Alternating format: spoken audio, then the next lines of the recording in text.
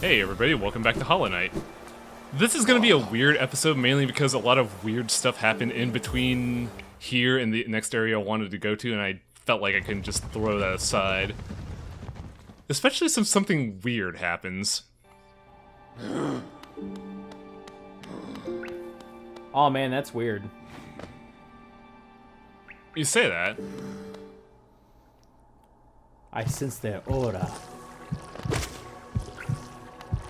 Oh, the Crossroads got infected. Yep. So, this is a condition that happens to the first area of the game, depending on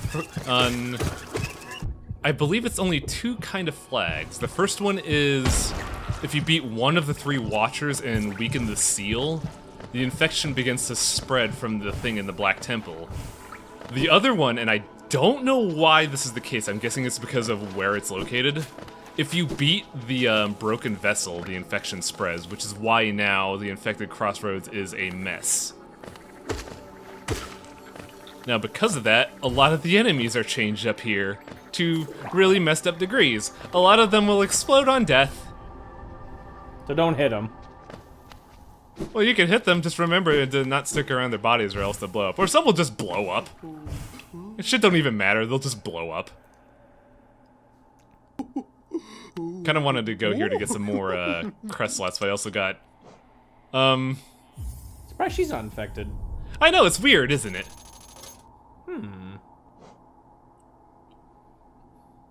I'm guessing she has like some kind of immunity, but also, I'm curious. Diplomatic immunity.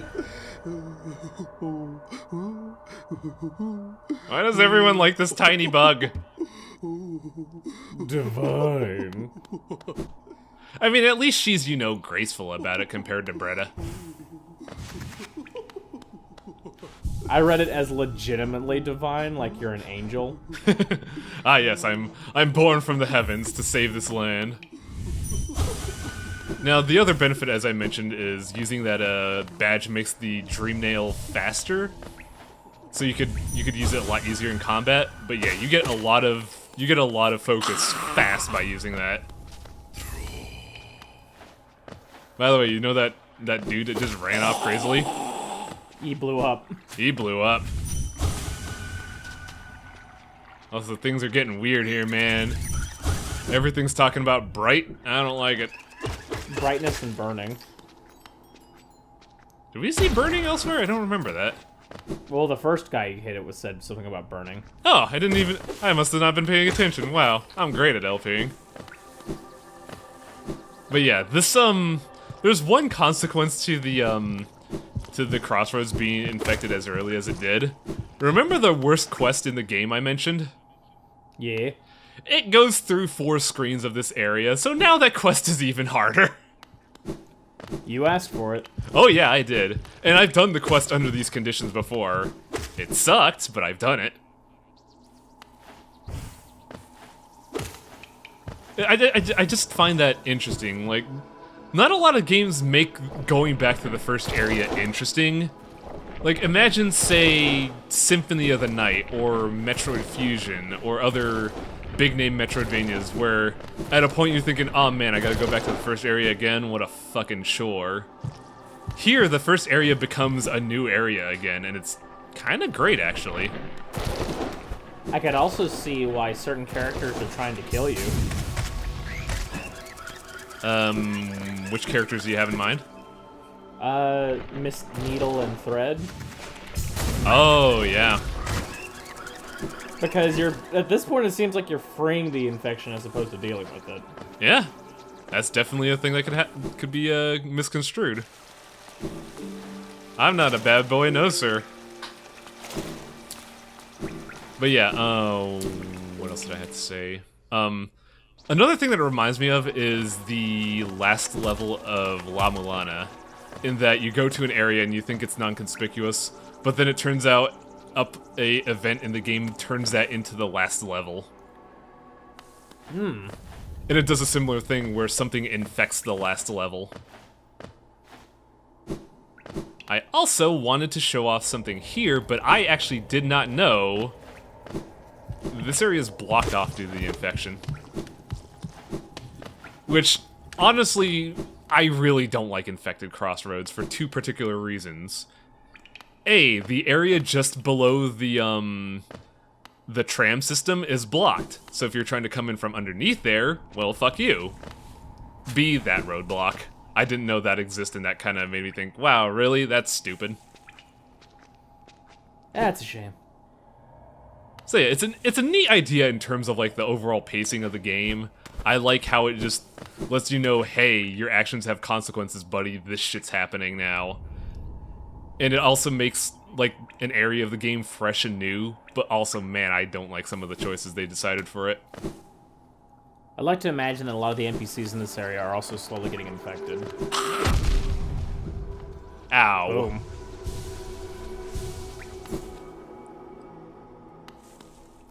So another thing I gotta show off is I gotta fix my badge.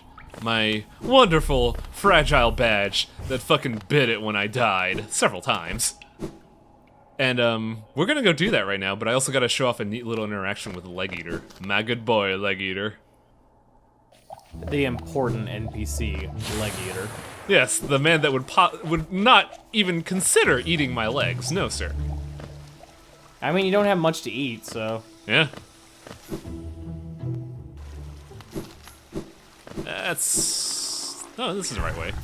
So, I mentioned that the Dung Defender has a bunch of neat little interactions. This is one of them. Also, here's an interesting note. When the game first came out, this guy's brain message was missing. It said Leg Eater Dialogue _5, and I was like, are you okay? Which is actually perfect.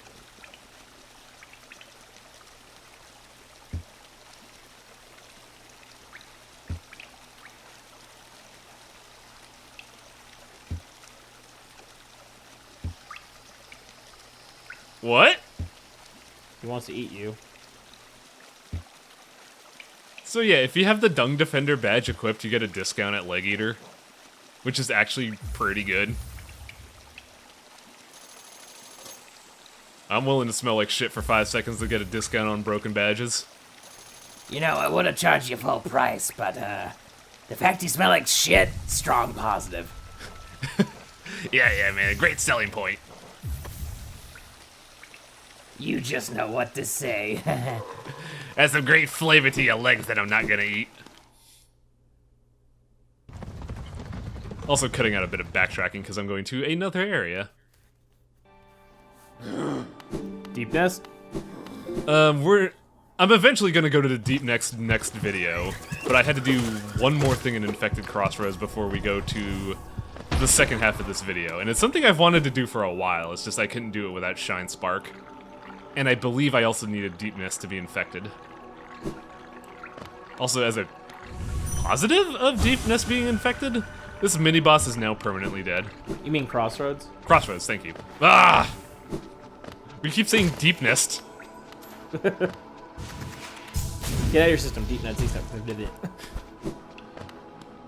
Yeah, we only needed Shine Spark to get across that gap, then we could have opened up a shortcut. I don't think there's any way to scam that, unfortunately.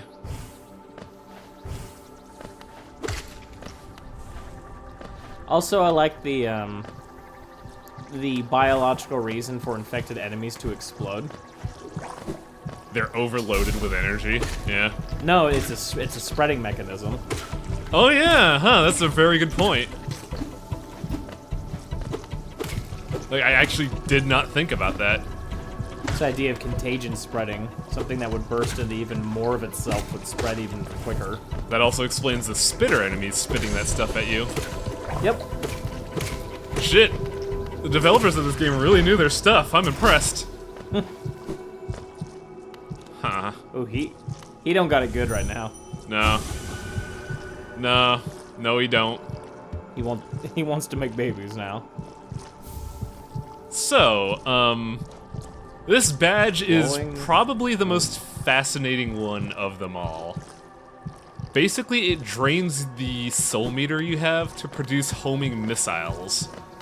Ooh. That is the most basic thing I'm gonna say about it. Everything else is gonna be a surprise, because let me tell you, because of that, the Deep Nest episode is Miserable for me, probably hilarious for people viewing. Now the question is, when the missiles kill something, do you still get soul from it? No. Ugh. It's a relatively good thing. I enjoy it a lot. I think it's a neat mechanism. It adds variety to the game and also gives you like a passive way to attack from range. But yeah, it taxes your soul and it hurts. So, you know how I was mentioning that the boss fights have the hardest boss in the game? Of course.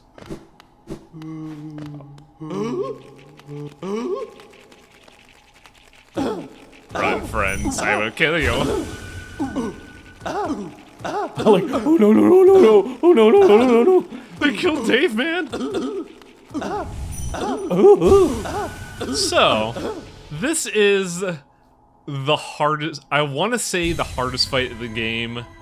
It's tied with the final boss, in my opinion. Oh, shut up. No. No, this is a really hard fight, to the point where I don't even beat it this video.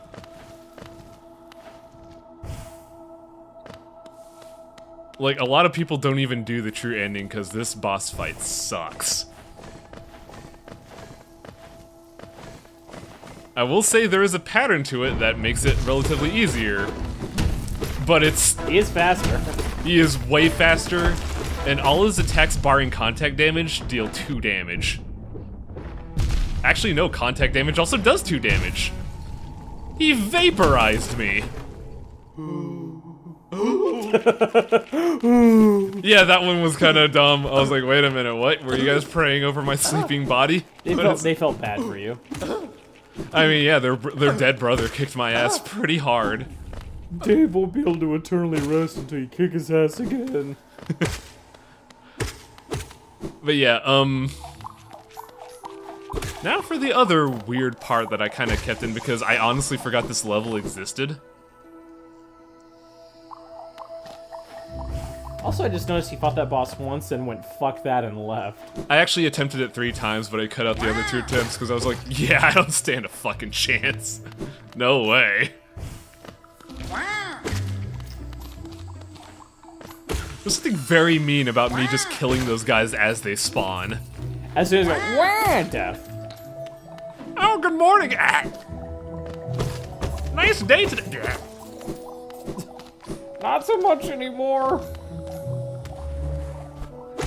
But yeah, I don't think they introduced the level yet, but we're in a place called the Fungal Core. It is not a level per se, but it's technically a part of the Fungal Wastes. And I actively took the wrong way around. I want to see the montage created of you getting hurt for no reason. Oh yeah, that'd be kind of great if a viewer did that, because I sure as shit ain't gonna do it. That's work, man. Work I gotta do on my LP. Or work that I could be doing on my LP. But you don't. Apparently. I mean, is it really necessary for the LP to see how many times I beef it? Besides, we have a good, what, 50% of the game to get more beefs? Now with 50% more beefs. Yes. Just put that at like the corner of the screen. Bam! We all know that you like Sloppy Joe's beefies, so I mean... But yeah, we discussed it like a little bit on video and a little bit off camera, but I believe Fungal Core is part of an esoteric quest at the end of the game. I'm saying this because I don't exactly know if that's the case or not, because I've never done it. And I plan to for the LP, but I'm pretty sure that's the only reason this place exists. Also, if you're wondering what I'm doing, I totally mistook this area for another part of the game when it's not. Because there's an area in another part of Fungal Waste that looks exactly like this, but it's not. And I got really confused. Again, taking damage for no reason. Mm-hmm. I mean, damage is kind of a non-issue in this game if you know what you're doing. It's not like you have a limited heal currency like, oh, say, I don't know, a certain game about souls that makes you drink Kool-Aid to heal and gives you only a limited amount, even though that's dumb. Oh yeah, Banjo-Tooie. Yeah. Well, I grew people's souls, you hut. There's a lot of weird kind of leap of faith jumps in here, and they're not really too bad, though I could see someone dying because they're at 1 health and don't really have a means to continue and then get hit by that thing. But there is kind of an interesting thing here aside from that weird quest we talked about. This thing.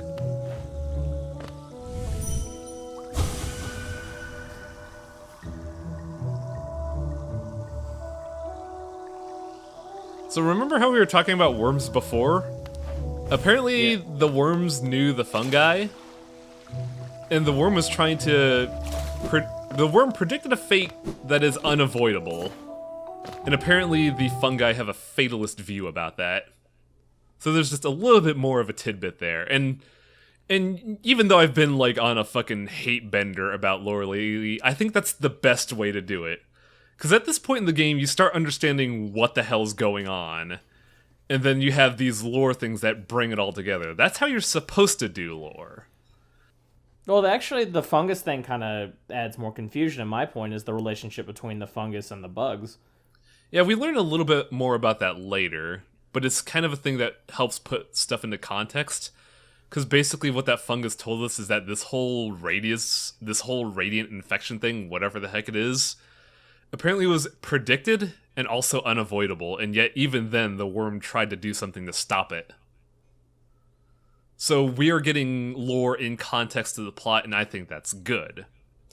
And everybody's been, talking about that, but I really don't like how Dark Souls has been doing it, in where lore is just kind of like a little side story that contributes fuck all to what you're doing, and I hate that.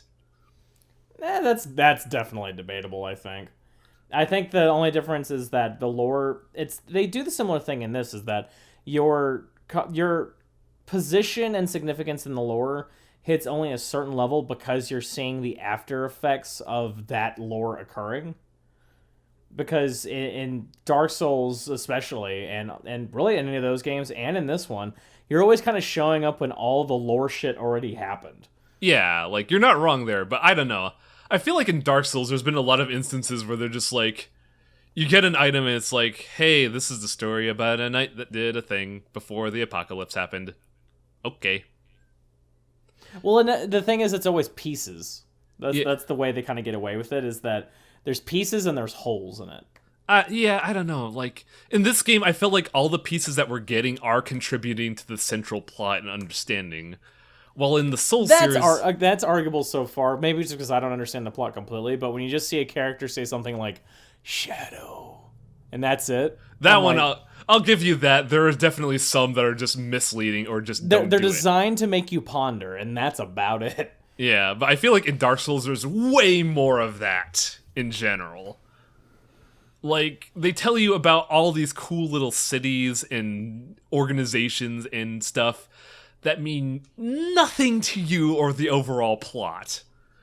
Like the issues with the whole dragon college for the mages in Dark Souls, or the religious stuff, it has nothing to do with Gwyn's efforts to like prolong the Age of Light or the coming Age of Dark. It just feels like red herrings that don't matter. It's flavor. It adds more substance to the environment when there are situations in the world that are occurring separate from the plot that you're involved with. Because, I mean, if they had this concept of having a religion, because you have faith ability, you better be able to explain what the faith ability comes from, what's the history of that faith ability, who's in charge. Like, the idea, for a nerd of history, it's a playground. Yeah. I think this one, the way it ends up fixing at least some of it and making it simplified is that this is definitely some form of origin story of some kind that's came to an end. There was like one city that had all this technology, and some of which is not explained, but it's so basic it's easy to understand. You don't have to explain it. You can just show it and you know, because if you see technology, you assume they know how to use technology. That kind of thing. But I don't know. There's parts of it that I enjoy just because I'm a nerd. So I enjoy those sometimes extra, you don't need, that's unnecessary information for the plot. It's cool to know, though. Yeah, that's the thing, though. Like, the big thing that bugged me about Dark Souls is, like, they present these little stories to me, and I just want to go and see those, man. I wanted to go to the college and figure out what the politics were on about, but I couldn't, and that's what frustrated me. It was just a side story that I guess I just have to read by items, and that's all I get, and I just felt really disappointed. To be fair, and I think they did that a little bit better in Bloodborne. Probably, but I've never played Bloodborne, and I kind of wish I could, but one day. And also Dark Souls 3 plays a little bit more with some of the, I think comparatively to 1, they do play with some of the ideas of the religion and the mage colleges that do have an idea of what were they doing during these situations? How were they handling things? What was their fate? Because, like, Aldrich, for example, his whole story is built around the Way of White, which is, like, one of the main religions of Which one was Aldrich? Dark Souls. Remember. He's the big goo dude. He was the Way of the White? Yep. Oh shit, you're right, because yeah, he was just a big religious thing that found the deep. He was a cleric, and he was a cleric of the Way of White. He started eating people, and it caused him to start actually gaining power. So there was this religious element built into that. There's also dealing with that dragon father that ends up being associated with Seath a little bit in the third one, where you realize that this mage college basically is not learning its lesson and they're going crazy still. Yeah, I remember that whole level. That was one of the cool levels I liked about Dark Souls 3, just because you get like to literally touching the books would hurt you. Because like it was like a situation where you saw what happened to the college, and it introduced a cool mechanic and neat stuff. It was one of the few things that I actually enjoyed about Dark Souls 3. But yeah, we're kind of quickly spiraling off topic. It's like, I know I've been ragging on lore and bashing it, but it's just a matter of how it's used, and I've never really liked how Dark Souls used it by comparison. That's fine. Yeah, like there are arguments to be had. It's just a viewpoint that it's just a personal vendetta, honestly, and I don't even think vendetta is the right word for it. It's how, like, your lore is very easy to explain as well. You don't need a whole lot of backstory to explain your hatred of pizza. So you just God. Know. And when you know, you really don't have to think about it too much. And it has to do with the plot. Next time on Hollow Knight, we're gonna go to Deep Nest finally, and I am sick of this pizza bashing. Hey, I don't have issues with pizza. Okay.